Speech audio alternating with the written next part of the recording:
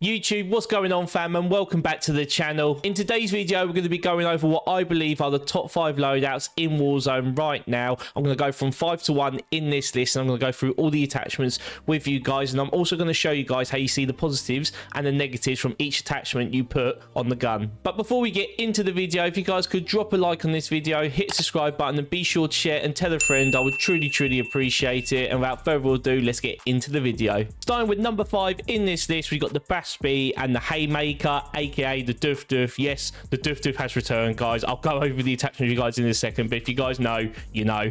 So starting with the Haymaker, with the attachments, we've got the Bryson improved choke. For the barrel, we got the Imperator long barrel. For the laser, we got the Schlager PEQ box. For the ammunition, we got the Dragon Breath rounds. If you know, you know.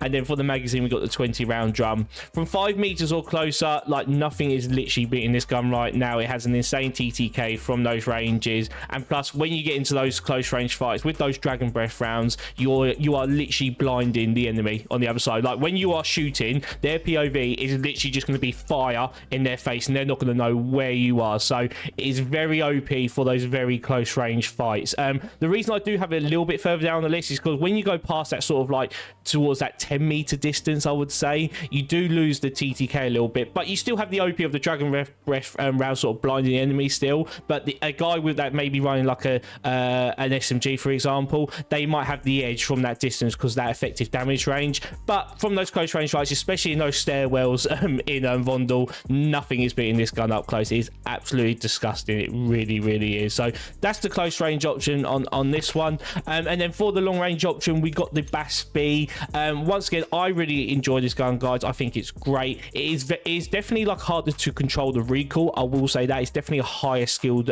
weapon to use. But if you can control that recoil, the TTK you get from this Bas-B is absolutely disgusting. So the reason I've got it further down the list, and you're probably thinking, well, if you're saying the TTK is really high, why haven't you got it further up on the list?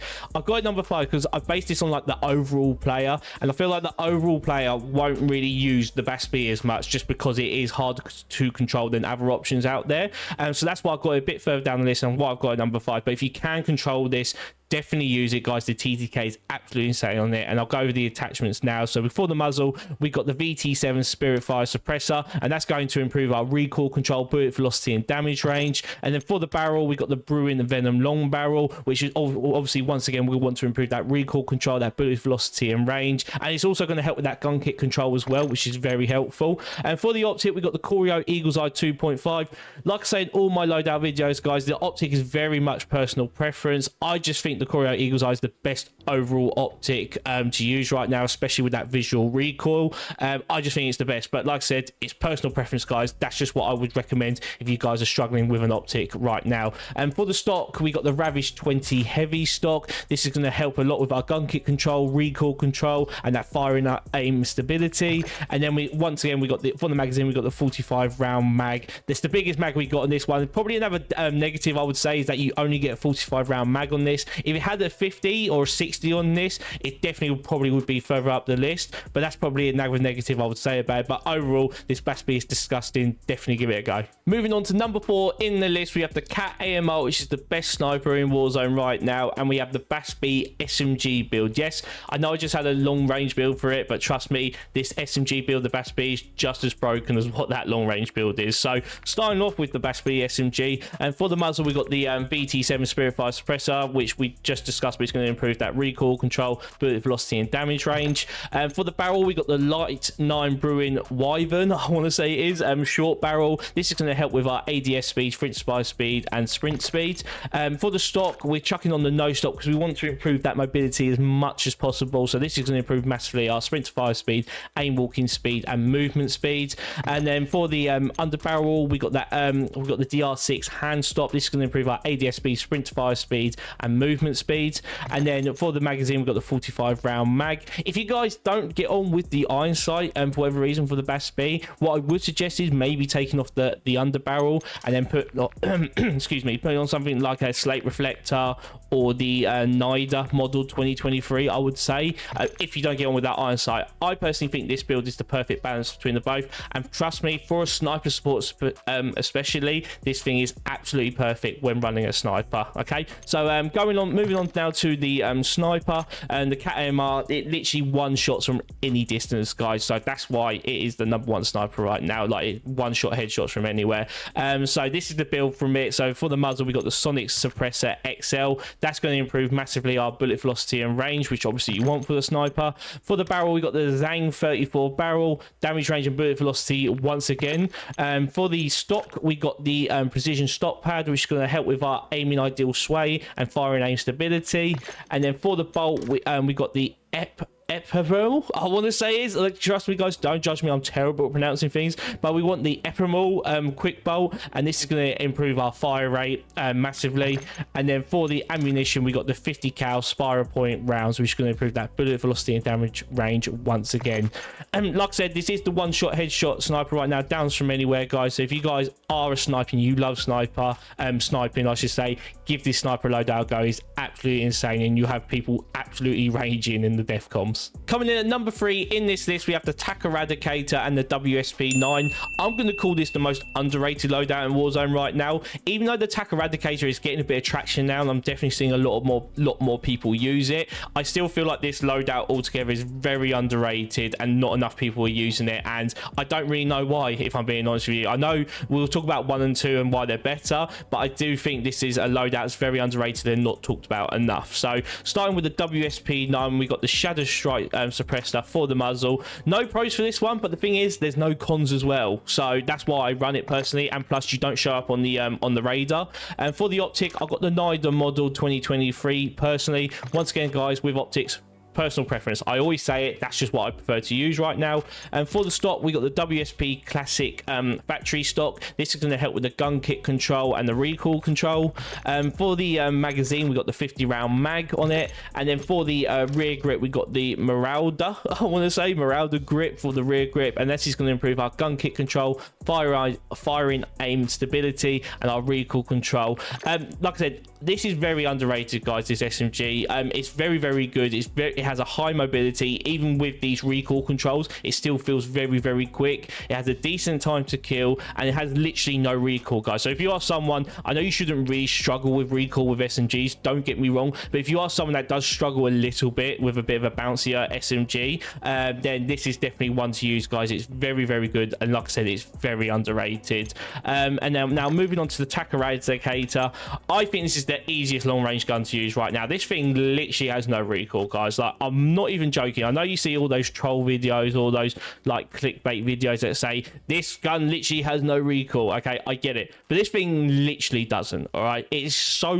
easy to use, and it has a great TTK. Like, honestly, guys, you need to use it seriously. If you want the easy gun to use, guys, just put this TAC Eradicator on and watch yourself get high kill games. Trust me. Okay, so going into the attachments, once again, we've got the VT7 Spiritfire suppressor. It's going to improve that recoil control, bullet velocity, and damage range. For the barrel, we got the Conquer 70 long barrel, which is going to improve that aiming ideal sway and that bullet velocity and range. And for the stock, we got the TAC Verter core stock, and this is going to improve our gun kit control, firing aim stability, and recoil control.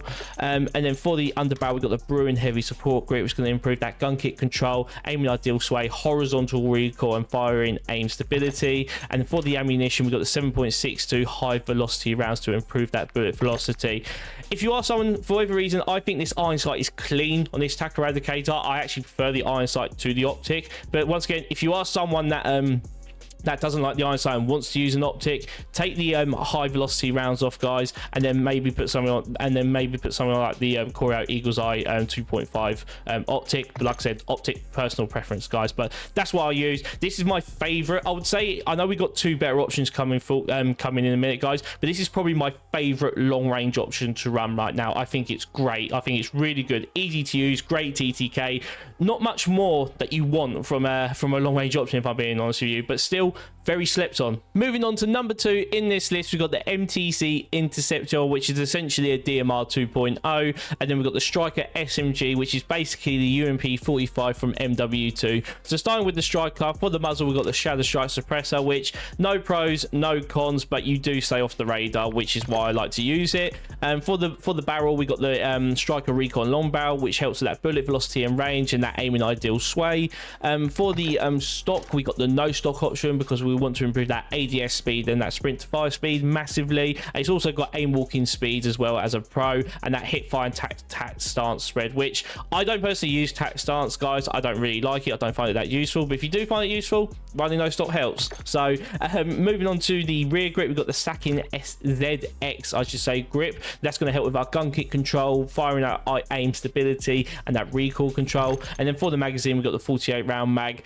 Very good SMG, guys. It probably would be the SMG right now, best SMG right now on the game if there wasn't such an OP SMG, which we're going to talk about in a second. But a very good option, guys, to use. Definitely use it. High mobility, good TTK, and yeah, just an all-round very good SMG, guys. Okay, so moving on to the DMR 2.0, which is what I like to refer to it to, because this thing is just stupid, to be honest with you. It did get nerfed, though. I will say that. Before the nerf, it literally was a 2-shot. If you hit one headshot, guys, it was a 2-shot kill, and I'm not even joking with you guys.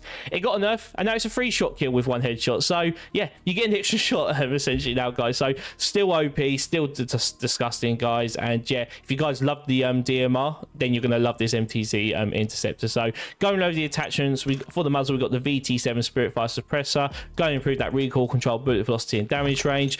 For the barrel, we've got the MTZ Blackform barrel. That's going to improve our bullet velocity and range and aiming ideal sway. And for the optic, personal preference, as I always say, but I'll run the Corio Eagle's Eye 2.5 times. And for the ammunition, I run the 7.62 high grain rounds, guys, because I did run an underbarrel on it. I run the Bruin heavy support grip for the underbarrel to improve, like, help with that gun kick and recoil control. But because it is like a single tap gun, I felt like I didn't really need it as much, and I wanted to improve that bullet velocity and damage range. So I'm running the high grain rounds instead. But if you guys want to run the underbarrel to help with the recoil control, then go ahead, go nuts. But I just feel like you get more from the high grain rounds using this instead. And then we run the 20 round mag for the magazine. And like I said, guys, if you love the DMR, you're going to love this MTZ interceptor, so give it a go. And that leaves us with the #1 loadout in Warzone right now, which all Warzone pros are essentially using in all their comps, and that's the Pulumiot 762 and the WSP Swarm,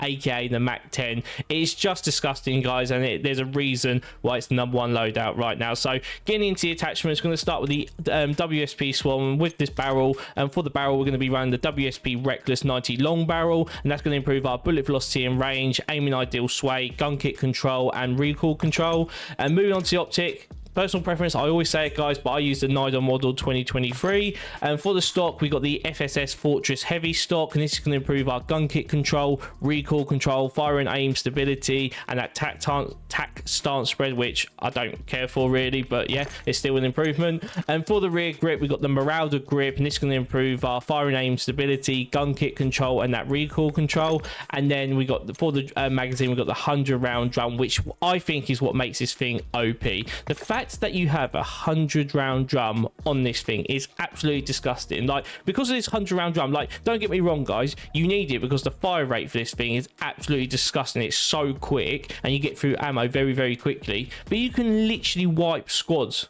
just because you've got this 100 round drum. It is absolutely disgusting. It is so broken and a must use in my opinion personally. But you guys might be thinking as well, why am I so heavy on the recoil control and the gun kick control? Isn't that going to take away from the mobility of this SMG?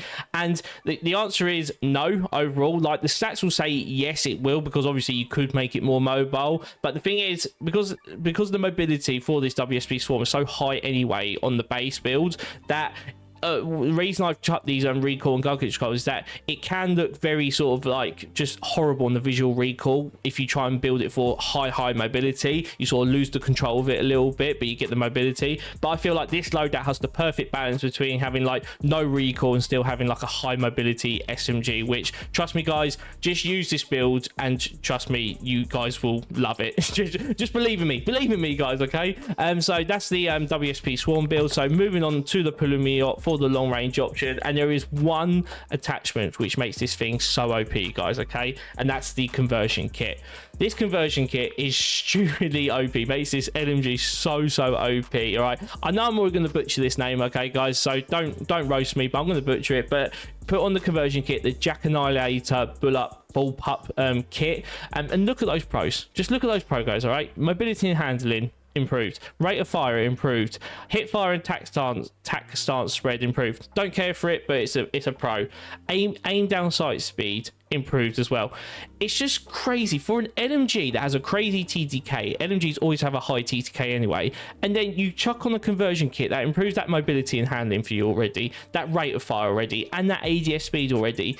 It is crazy, and this is the key attachment which makes this Pull-Me-Yacht so OP. And while I'm on this with you guys as well, you can actually go into the details, not just on this conversion kit, but of all the weapons I showed you on all weapons. If you click on the detail, it actually shows you where it improves on each section. Okay, so you can see how much it's improved by percentage on each one.